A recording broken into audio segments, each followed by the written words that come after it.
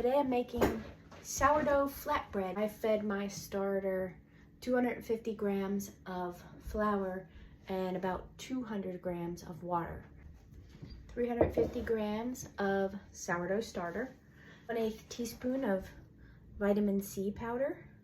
If you don't have ascorbic acid, then you can use lemon juice, about a tablespoon of lemon juice. Sea salt, 2 teaspoons or 6 grams. Barley malt powder, 1/4 teaspoon. Normally I use udane in my bread.